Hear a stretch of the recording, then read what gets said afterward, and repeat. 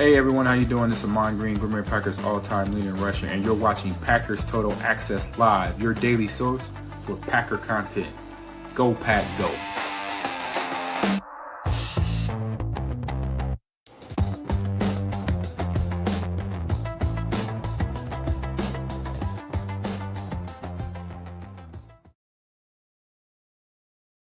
What's up, guys? Welcome into Packers Total Access. My name is Clayton. You can check us out on packernet.com. Find me on Twitter at Packers_access. It is December the 3rd, 2025, as we are quickly approaching Packers versus Bears this Sunday at Lambeau Field. Really excited to continue to dive into that game as we get closer to kickoff. 3:25 kickoff. Going to be a cold, chilly one at Lambeau. Going to be a lot of fun to see this Packers-Bears rivalry reignited for the 2025 season and see who comes out on top on this first of two matchups within a 3-week span. And the second game, it sounds like, has gotten flexed to Saturday night, 7:15 Central kickoff. That'll be prime time viewing as we're coming down the playoff stretch. We'll dive into the playoff implications a little later in the week. But what we wanted to do this morning was talk a little Devonte Wyatt replacement. Obviously, it was announced by Matt LaFleur. Devonte Wyatt will be out for the remainder of the season. A huge blow for the Green Bay Packers, either way you look at it. Devonte Wyatt obviously playing that 3-tech role that we talk about being a tier 1 position of importance. Now, was he dominant? No. But he was a solid football player. The Packers paid him as if he's one of the top defensive tackles in the 3-tech position across the entire league, with that 5th-year option being extended. We'll talk about how that applies to the whole situation on the backside of the show. We're going to talk who could be potentially replacing Devonte Wyatt. You know, we've kind of been down this road already earlier this season with Devonte Wyatt being out a significant amount of time, facing injuries already. That's been one of the negative aspects to Devonte Wyatt, is not being able to stay on the field. We've talked about that from time to time, right? It seems like he is constantly, banged up, and the way he plays, to me, the first thing that comes to mind for me when I see Devonte Wyatt play 3-tech is a Tasmanian devil. Like, this dude early in his career played out of control, and that's why it was like, whoa, buddy, you gotta slow down, you gotta calm down. It's not just about getting to the quarterback, it's about controlling your run fit and whatnot. And he really started to harness that this year, and it looked like he was taking a big step forward, in my opinion. It sucks that he's out for the remainder of the year. So we'll dive into all that. Before we do, if you guys would do that YouTube stuff for me, hit like, hit subscribe, click that bell icon so you're notified when we go live here in the future. And again, if this is your first time tuning into PTA, welcome. Thank you for making us a part of your morning. We're not experts, we're not insiders, we're not media members, we're fans just like you, breaking down Packers talk on the daily. Multiple live streams a day. You'll also get this in video form. You can also get it in podcast form over at Packernet Podcasts, wherever you get your podcasts at. So let's waste no time. I know the chat is already falling in here. Appreciate everybody jumping in. We got Bates in the house. We got Sean Farva in the house. Mike Berry, good to see you, sir. Nick McSwain, tip of the cap to you. We got Adam in the house. Says Bears fans are going wild on Twitter. It's insane. I love it. Keep it coming. Keep it coming. We've been bookmarking tweet after tweet after tweet after tweet. You'll see nowhere where we have tweeted out, oh, the Packers are going to win this game. We talk about the positives. We talk about the negatives. We talk about where they may have the edge, where the Packers may have the edge. And Bears fans think they've got this one locked up. You know what? They may win this ball game, but if they don't, the Packers, I think, opened at 6-point favorites. You guys know you got to throw that out the window when it comes to rivalry games and divisional games. But man, oh man, if they lose this game, bookmarks will flow like the geese of Capistrano on Monday morning. I promise you. Victory Monday will be sweet if it does unfold that way. Let them talk, Adam. Let them talk. Say, hey, good point, and move along. Good point. Move along. Make sure you hit that bookmark, though. Send it my way. We'll make sure we have fun with that if the Packers do pull out a dub here at Lambeau Field. All right, let's waste no time.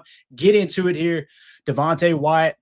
Obviously, the Packers lose Devonte Wyatt for the season. Who steps up now? Next man up breakdown. All right. You guys can find this over at Patreon. Again, it's the best way to support what we do here at Packers Total Access is join our Patreon community, patreon.com/Packer Fan Total Access. $3 get you access to everything. We do, extensive breakdowns over there. We've got the main thing I want you guys to understand about our Patreon community is exactly what that is, the community. being able to connect with other PTA fans, and we're in the chats as well. It's a good way to get in hold of us with direct messaging, things like that. It's just an awesome little community that's come together really because people wanted to support the show. It had nothing to do with extra content at first, and now we're going to continue to try to give you guys extra content as we move forward. So appreciate everybody who's a member over there at patreon.com/PackerFan Total Access. Let's go. Let's get into it.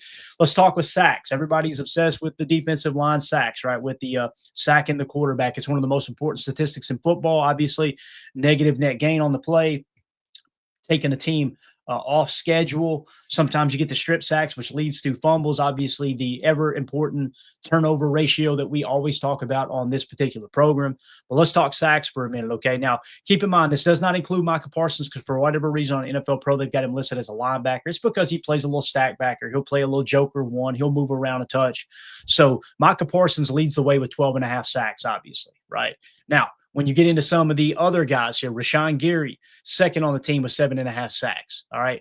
Devonte Wyatt was third on the Green Bay Packers with 4 sacks. That doesn't include the traditional stack backers. So I don't think there's anyone who's got more than Devonte Wyatt's 4 sacks. Then LVN, Kingsley Enagbare, Carl Brooks with a half a sack.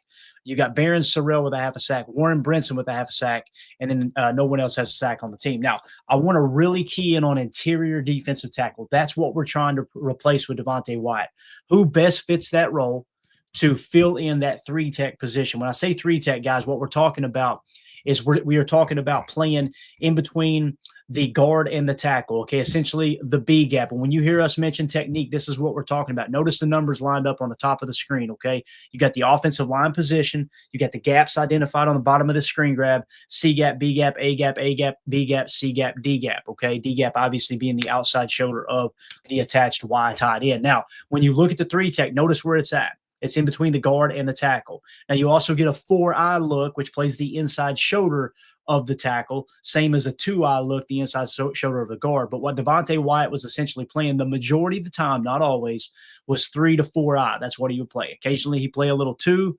It was rare you seen him in the 1, although in this game against the Lions, you did see them shift a couple times. Devonte Wyatt seen something he liked. He told Brinson, hey, kick over. So Brinson would kick over to the 3 to the 4-eye, and then Devonte Wyatt would take on the 1-tech. At one time, he played 0-tech as well. So he played what we call nose or a little bit of shade there. Just wanted to kind of let you guys know what we mean when we say 3-tech. So that's the position we're looking to fill predominantly is the 3-tech spot. I kind of group 3-tech in with 4-eye because you're accomplishing the same thing. You're looking to split the B gap between the tackle and the guard. And typically you'll put your best edge rusher, if you only have one really, really good edge rusher, you'll put him opposite in a wide 9 or a 7. Okay. So you're forcing the offensive line.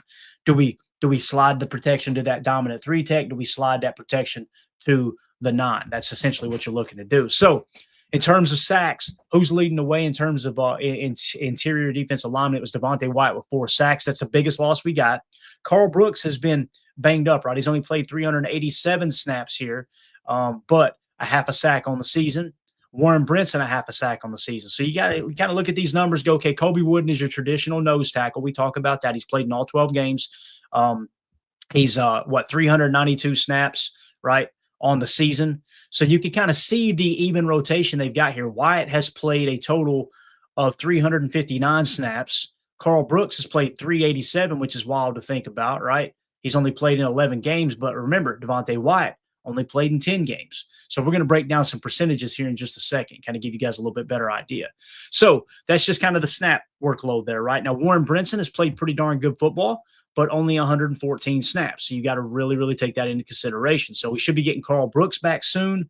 Hopefully that'll help fill this void a little bit, but let's dive into some of the numbers here. Let's talk defensive line quarterback pressure. Again, not listed as Micah Parsons. He leads the way with a 20% pressure rate, according to NFL Pro, Next Gen Stats, GPS tracking. Unbelievable number there. Who's next? Across the entire defensive line, Lucas Van Ness, 13.7%. It's going to help a lot when we finally do get him back because he plays a little 3-tech when we break out our what we call our cheetah package, right? Which is essentially we'll only have one defensive tackle, which I would imagine will be Kobe Wooden or Warren Brinson until Carl Brooks comes back. And then you put an extra edge rusher in the 3-tech. That was LVN's role before he got hurt. Now it's turned into Enigbare's role a little bit, which has kind of played into a nice little hand for Jeff Hafley to be able to play some fire zone blitzing and drop 55 into coverage, what we call 55 drop with Kingsley and Igbare. Okay. So again, Lucas Van Ness, 13.7%. Warren Brinson, guys, of all the defensive tackles, including Devonte Wyatt, his quarterback pressure percentage, according to NFL Pro, 13.2%. Guys, Devonte Wyatt, to put that into perspective, is the next defensive tackle at 7.7%. Now, again, Warren Brinson, only 114 snaps, right? Only 68 pass rush snaps. So it's a small sample size, but he's got 9 quarterback pressures off 68 pass rushes. All right. So taking that into consideration, listen, Devonte Wyatt is our best interior defensive tackle. Please don't take me the wrong way here. But when you look at the quarterback pressure percentage, Warren Brinson has damn near doubled Devonte Wyatt's quarterback pressure percentage. Now, keep in mind, Devonte Wyatt has the 4 sacks we talked about, right? So with the 4 sacks to Brinson's half sack, and then you look at Devonte Wyatt's got 209 rushes. If you were to let's just say triple Warren Brinson's snap count there, he'd be on pace for 1.5 sacks. Now, chances are those will be 2 full sacks that you'd be picking up. So you'd probably be looking at 2.5 sacks, and you're still 30, 40 snaps shy of where Devonte Wyatt's at. Right now, if you've done it 4 times the amount, you're probably looking at the same type of production that Devonte Wyatt's gotten in terms of the pass rush with Warren Brinson. So now you're asking yourself, okay, that's great. Warren Brinson's rushing the quarterback pretty effectively, Clayton. What about the run defense, right? Glad you asked. Let's take a look at it. Defensive line run stops. Now, keep in mind, a sack counts as a stop as well, okay? So if anything, that says that Devonte Wyatt's stops are inflated a little bit because of the sacks, okay? And maybe Warren Brinson's are down a touch because he doesn't have any sacks. So these are or he's got a half a sack. These are predominantly run stops. So I list it as stops, but really when it comes to interior defensive linemen, you can kind of look at them at run stops. The large majority of them are run stops, and you're getting into splitting hairs if you're looking at anything different, okay? So again, run stops. Rashawn Gary leading the way, surprise, surprise, with 30 run stops. Kobe Wooden, 27 run stops. So Kobe Wooden is your run stuffer. He's your one tech. Here's your nose. Here's your shade, right? He's that guy that's filling the middle of that defense and allowing other defensive tackles to kick out to the 3 tech and get after the quarterback. Devonte Wyatt, 20 stops. Kingsley Nagbari, 16. Carl Brooks, 11 stops. That's a solid number right there. Lucas Van Ness with 8, Warren Brinson with 5, and then Baron Sorrell and Nazir Stackhouse with 4. Now, let's talk about run stop rate, because you see those and you go, oh, no, Warren Brinson, only 5 stops. But again, look at the run D snaps, guys, 44 run D snaps. So when you break it down, the run stop rate is actually closer than you think. Devonte Wyatt's run stop rate is 13%. Now, keep in mind that includes the sacks, so it's a little inflated. It's probably in the 12th percentile there, right? Kobe Wooden, 13%. So he's actually leading the way in run stops for the Green Bay Packers in 2025. Warren Brinson, right on his heels at 11%. Right on Devonte Wyatt's heels at 11, or where he was sitting at 13% when you remove the sacks, is probably in the 12th percentile. Okay. So Brinson at 11% run stop rate. And then you look at the quarterback pressure rate, and Warren Brinson is 13.2% quarterback pressure rate. You guys pick up what I'm saying here? This in no way, shape, or form am I trying to negate the fact that we're going to miss Devonte Wyatt at defensive tackle. But when you really dive into the numbers and you look at the tape and you watch Warren Brinson hold his own as a rookie, and as Matt LaFleur said in his presser yesterday, the more snaps these guys get, the better you feel about them playing interior defensive line. It's just one of those things. You want them to get as many snaps as possible, as quick as possible, but obviously you don't want to hinder your defense along the way. So again, I don't see a huge drop-off from Brinson. Here's what's cool. Wooden's going to continue to play nose tackle. He's going to continue to play 1. Brinson's going to fill in that 3 role, and you'll probably have Carl Brooks come in and play both. So Carl Brooks will probably leap these guys in snap count, I would imagine, unless Hafley is really taking a liking to Wooden and Brinson. If that's the case, Brooks is going to be your rotational guy with Brinson in the 3 tech. Now, Brooks is sitting at 9% run stop rate, since he, in the amount of snaps that he's played this season, right? So when we go to defensive grade, now let's go to PFF grades. This is what I talk about cross-checking stuff. Kobe Wooden has the best defensive grade at 60.5. Carl Brooks is second at 56.7. Devonte Wyatt's third at 52.9. Warren Brinson is fourth at 50.8. Nas Stackhouse is 46. Now, here's the problem I have with the grades, and the reason I like to cross-check them. If Warren Brinson is a worse defender than Devonte Wyatt, Carl Brooks, and Kobe Wooden, how in the heck is he so much higher in quarterback pressure percentage? You're going, well, do we know that quarterback pressure percentage number is right? Yes, we do. You know how I know that? Because if we were on NFL Pro's site right now, you see my cursor, we could literally click on that 9 right there, and it would show us every single snap, the tape, the evidence. Here is why we called it a pressure. However, when you get down here to these grades from PFF, there is absolutely no reference point whatsoever to say this play we graded this, that play we graded that, this play we gave a pressure. It's all just kind of lost in the abyss. That's why I choose NFL Pro data over PFF data, because they actually back it up with the tape, while PFF goes la la la la la la la. Just trust me, bro. It's hashtag trust me, bro, is how they operate. I see the super chat there, Seth. Thank you so much, buddy. We'll hit that on the back side of the show. PFF pass rush grade. Once again, Brinson is grading out as the second best at 69.1. Cross-checking, that checks out, right?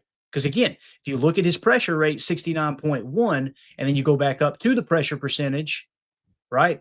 Warren Brinson, 13.2%, that checks out. That's what you're looking for. You're looking for what you're seeing on tape, what you're seeing in the GPS tracking and the stats that they'll actually earmark, this is the play, and cross-check it with PFF. To me, that gives me confidence, confirmation. Warren Brinson is a good pass rushing defensive tackle. And that's the whole purpose here, is to go, okay, who's best suited to fill that void for Devonte Wyatt at 3-tech? To me, Warren Brinson jumps off the paper, right? Run defense grade, however, Warren Brinson drops down to 42.7. Again, they don't give us any cross-check. What does the run stop rate suggest? Brinson's at 11%. That's worse than Wooden and Wyatt. So again, worse than Wooden and Wyatt. They've got Wyatt down here, guys, listed as a 38.7 run defense grade. So you would look at that if you only follow PFF and say, all right, Devonte Wyatt is a good pass rusher, horrible run defender. If he's such a bad run defender, then how in the hell is his stop rate 13%? The 4 sacks inflated a little bit, but he's still in the 12th percentile, which would put him second here. He should be right behind Wooden. So again, I'm not saying you should take NFL Pro data as the gospel. I'm not saying you should take PFF as the gospel. Take it all, throw it in together, and you make your own determination of whether, okay, yeah, after I watch the tape, I agree more with NFL Pro than I do these phantom grades from PFF that we don't have anything to reference off of, right? Now, another thing I take into consideration when we're trying to decide okay, how valuable is a player? Okay, PFF may say they're great. NFL Pro data may suggest they're not. The tape may not look good. Another factor that I take into consideration, I use the tape and NFL Pro data as one source. I use the PFF grades as another source. And then I use how much money is the team willing to pay this player as another source. You take those 3 things and throw them into a bucket. It tells you how good that player is, how valuable that player is for the team. As I always say, like in business, if you want to know, know how much you value something, right? You want to know where someone's priorities lie. I heard a business partner of mine say this years ago. You look at their checkbook and their calendar. Where are they spending their time and where are they spending their money? That's the most important thing in your life, most likely. Okay. If you're not spending time with family, guess what? Don't claim to be a family man. If you're, if you're not spending money on family or maybe a cause that you want to give to, and you just like to go buy flashy things, probably somewhat of a selfish person, right? That checkbook will tell you where the money goes to. Truth hurts. I've been there. Got the t-shirt, right? Trying to be better every day. But the point is, with Devonte Wyatt, look at what the Packers tagged him with next year. Now, again, he can work out a contract and try to, minimize the damage there, because this is a fully guaranteed $12.9 million contract next year. That's the 5th-year option on the first-round pick. So it tallied up to $12.9 million cap hit. Again, you notice the dead cap is 12.9. It's fully guaranteed. Now, you can work out a contract extension and try to include that as a part of the guaranteed aspect of a 3-year deal or what have you. But the problem is, next year, Devonte Wyatt turns 28 years old. He just battled another injury. Is Devonte Wyatt going to be here in the future? Last year, I would have said, yeah, right? Now you got another injury that's piled on. you got to kind of play that by ear. But the point here is if you're willing to tag him with $12.9 million fully guaranteed next year, that tells me the team thinks really, really highly of Devonte Wyatt.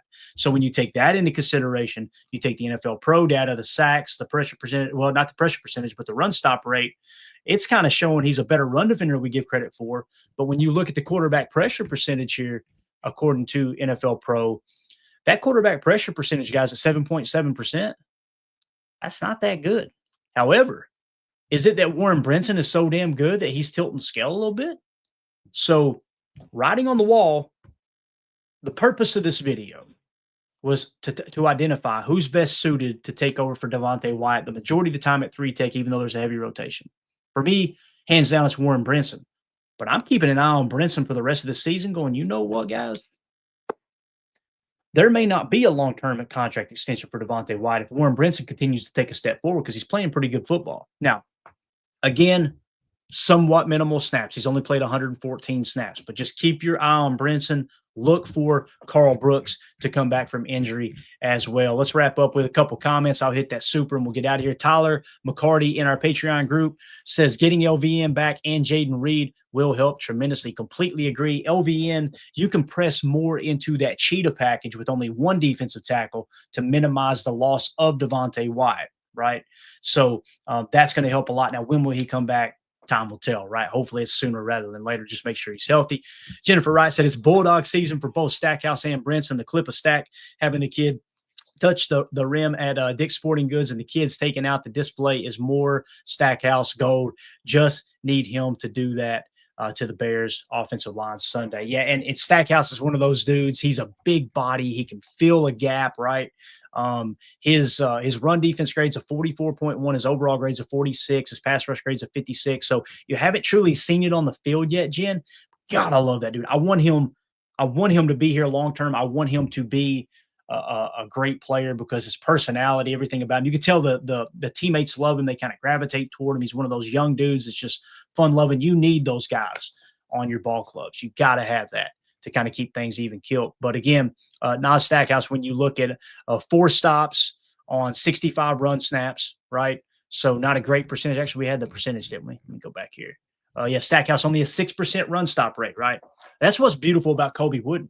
Typically, when you play one tech, guys, you're kind of plugging that A gap, and you're just kind of holding the point of attack. You're not necessarily two gapping, but you're kind of the anchor point, right? You're not making a whole lot of tackles for loss and things like that typically. Now, in a 34, absolutely. But in a 4-3, you're a little more aggressive with a one-gap approach if they're not throwing in some mixes of two backs.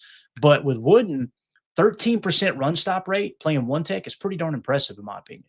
Like, that really stood out to me. Now, Stackhouse, who comes in for him occasionally, right, or they'll kick Wooden over and bring Stackhouse in to play one tech. He's only at 6%. So we got to see more from Stackhouse, Jen, definitely, right? But again, just it's really, really cool to kind of see some of the young guys step up. It sucks that our boy Devonte Wyatt obviously got hurt.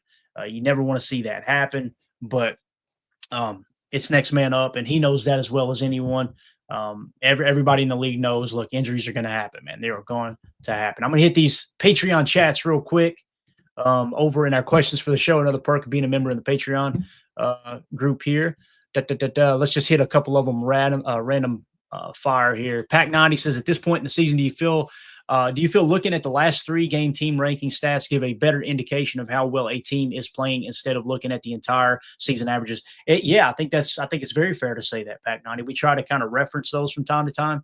But also you got to think the league is very cyclical. What was working in the first quarter of the season stops working at the halfway point because teams got the tape and they start to catch on, right? And then all of a sudden you have to change your game plan. You may get your numbers amped back up, and now they adjust. Now you go back to what you're doing the first quarter of the season. So I think both are important, the entirety of the season and the last 3 game saturation as well. So great point there. Ron Sample says, with Johnson knowing the Packers, Ben Johnson knowing the Packers are going to be focusing on the run after watching the Philly game and talking his passing game down in a press conference, should we expect the Bears to start the game throwing the ball around the field?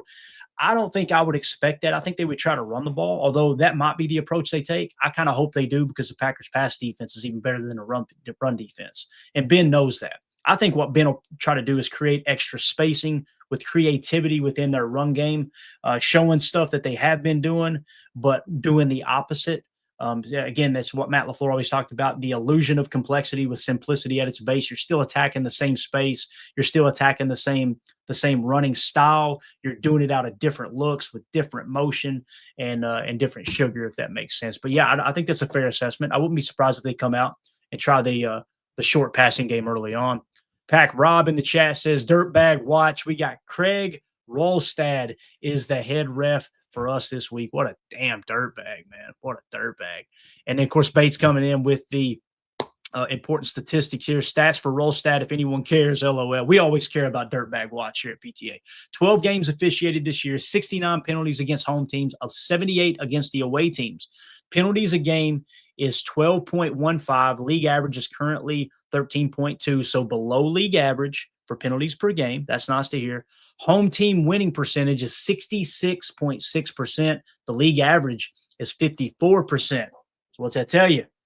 This staff or this officiating crew, Rolstad, they typically lean towards the home team pretty significantly there. 54% up to 66% for the home team is pretty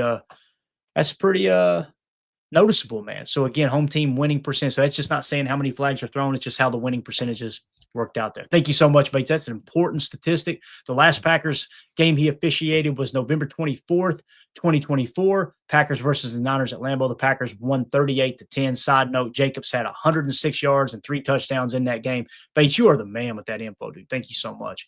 Jennifer Wright, Bates with the knowledge bombs as always. Completely agree with that.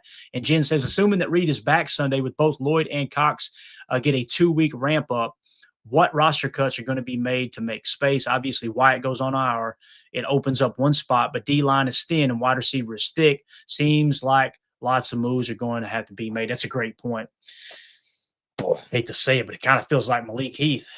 You know, I love Malik Heath, but we cannot ignore the fact that there was something that happened between him and the coaching staff where he didn't travel with the team, right? Recently, I know he was there and he played significant snaps against Detroit on Thanksgiving, but that's the one that kind of sticks out to me. Again, if I had to guess, that's one that will probably be gone. At least try to get him over to the practice squad. But again, man, you may value Malik Heath so much in his run blocking and other aspects of his game that, you keep him around. So anyway, thanks to everybody in the Patreon group. Let me hit the super chat again. Seth, thank you so much for the super chat, buddy. I miss Tuck Norris, especially this week. Amen, Seth. Love to see our boy Tucker Kraft running through a Chicago Bears face, man. It sucks. We knew it was going to be a huge hit when Tucker went down. And that's why you got to tip your cap to Jordan. You got to tip your cap to Matt LaFleur and this entire offense picking up the slack. And we know Tuck's still around. Unlike what Romeo Dobbs said, he's in a better place. He's still here with us. All right, Rome. Tucker's fine. I've seen him multiple times. He is still here on this earth. But yes, Seth, I miss him too, man. And all I can say is the only thing I can really lean on is the comeback story. It's going to be a hell of a story, right? Going to be a hell of a story to tell. And I appreciate the super chat, buddy. All right, guys, I had to get out of here. I told Mandy 15 minutes to do a show so we can go shopping, do a little Christmas shopping. And here we are at 28-minute mark. She's probably already left the driveway. So thanks, everybody, for jumping in here. Do me a quick favor. Hit that like, hit subscribe. If this is your first time tuning into PTA, thank you for making us a part of your morning. Make sure you click that bell icon so you're notified when we go live in the future. And listen, you're watching this video back later. Let me know in the comments right now. Let me know in the comments, what do you think about this defensive tackle position shakeup? Who's going to replace Devonte Wyatt? Can you replace Devonte Wyatt? Is there a free agent you might want to go try to take a look at? Maybe there's somebody on the practice squad, a James Esther, somebody like that you want to try to promote and give them a shot. We want to hear from you in the comments, so make sure you hit like on your way out. Everybody have a great day. We will see you later this afternoon, maybe about 2 o'clock for another stream. We'll see how it goes. But my name's Clayton. This is PTA. Go Pack, go. Here we go. Bye, guys.